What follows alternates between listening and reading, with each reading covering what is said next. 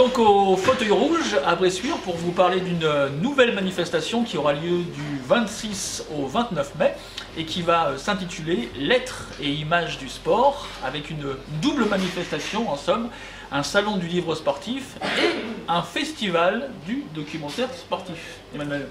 Oui, alors le festival du documentaire sportif aura lieu donc du jeudi au dimanche avec un pré-programme déjà bien établi, des producteurs qui sont en train de nous répondre positivement, des vedettes que nous attendons avec impatience, sportifs et journalistes. Nous pouvons déjà vous donner des noms: Pierre Salviac, Hervé de Buisson, grand basketteur, et puis bien d'autres qui nous rejoignent pour présenter leur documentaire et puis pour accueillir le public au Fauteuil Rouge.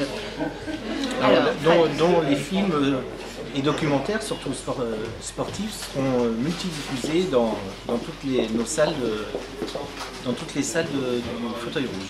Alors ce qu'il faut bien comprendre, c'est que c'est un festival, donc qui dit festival dit compétition. Une dizaine, une quinzaine de documentaires vont être présélectionnés pour cette compétition officielle. Il y aura deux catégories, moins de 45 minutes et plus de 45 minutes, puisqu'on retrouve des documentaires sportifs soit dans le court, soit dans le long. Donc on aura les deux, et puis ça sera éclectique aussi au niveau des disciplines sportives, parce qu'on y retrouvera un petit peu de tout.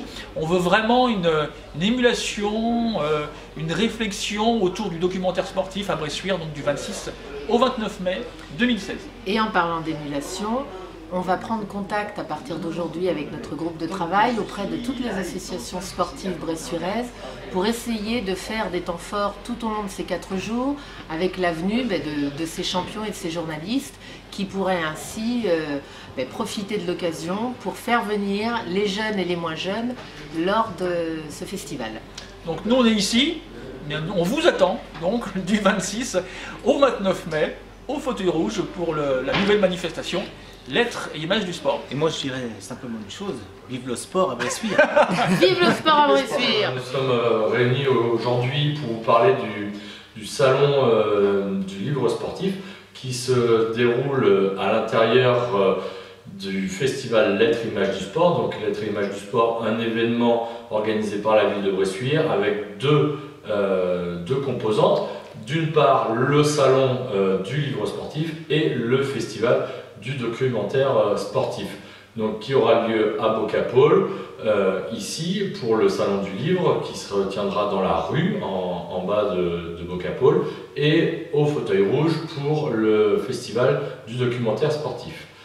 Donc à côté de moi, Joris, qui est en mission service civique à la ville de Bressuire, et donc il va nous présenter un petit peu ses missions pour le salon du livre et le documentaire sportif.